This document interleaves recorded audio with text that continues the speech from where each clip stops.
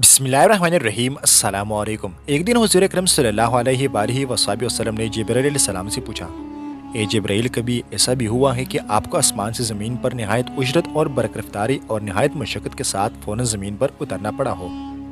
हज़रत जिब्राईल अलैहिस्सलाम ने जवाब दिया, या रसूलल्लाह सल्लल्लाहु अलैहि वसल्लम, 4 मरतबा ऐसा हुआ है कि मुझे नहायत सूरत के साथ फ़ौरन ज़मीन पर उतरना पड़ा। हुज़ूर अकरम सल्लल्लाहु अलैहि वसल्लम ने हज़रत जिब्राईल अलैहिस्सलाम से पूछा कि किस किस मौके पर?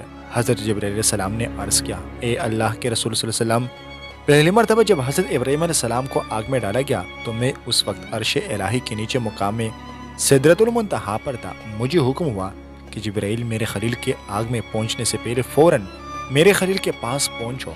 चुनांचे में बड़ी सूरत के साथ उससे पहले कि वो आग में पहुंचते मैं उनके पास पहुंच गया।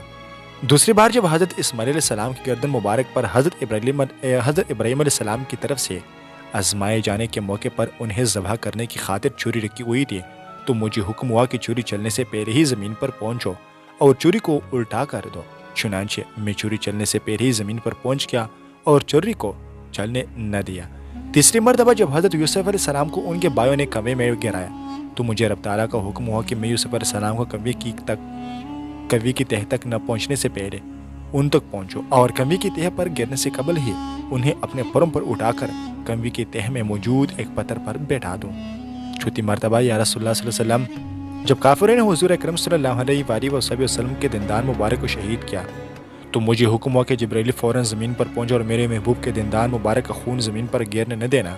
ज़मीन पर गिरने से पहले ही वो खून अपने हाथों पर ले लो, और ए जिब्राईल, अगर मेरे महबूब का खून ज़मीन पर गिर गया तो क़यामत तक ज़मीन से न कोई सब्ज़ी उगेगी और न कोई दरख्त। चुनांचे में बड़ी सूरत के साथ ज़मीन पर पहुंचा और हुज़ूर अकरम सल्लल्लाहु अलैहि वसल्लम के खून मुबारक को हाथों पर लेकर हवा में उड़ दिया।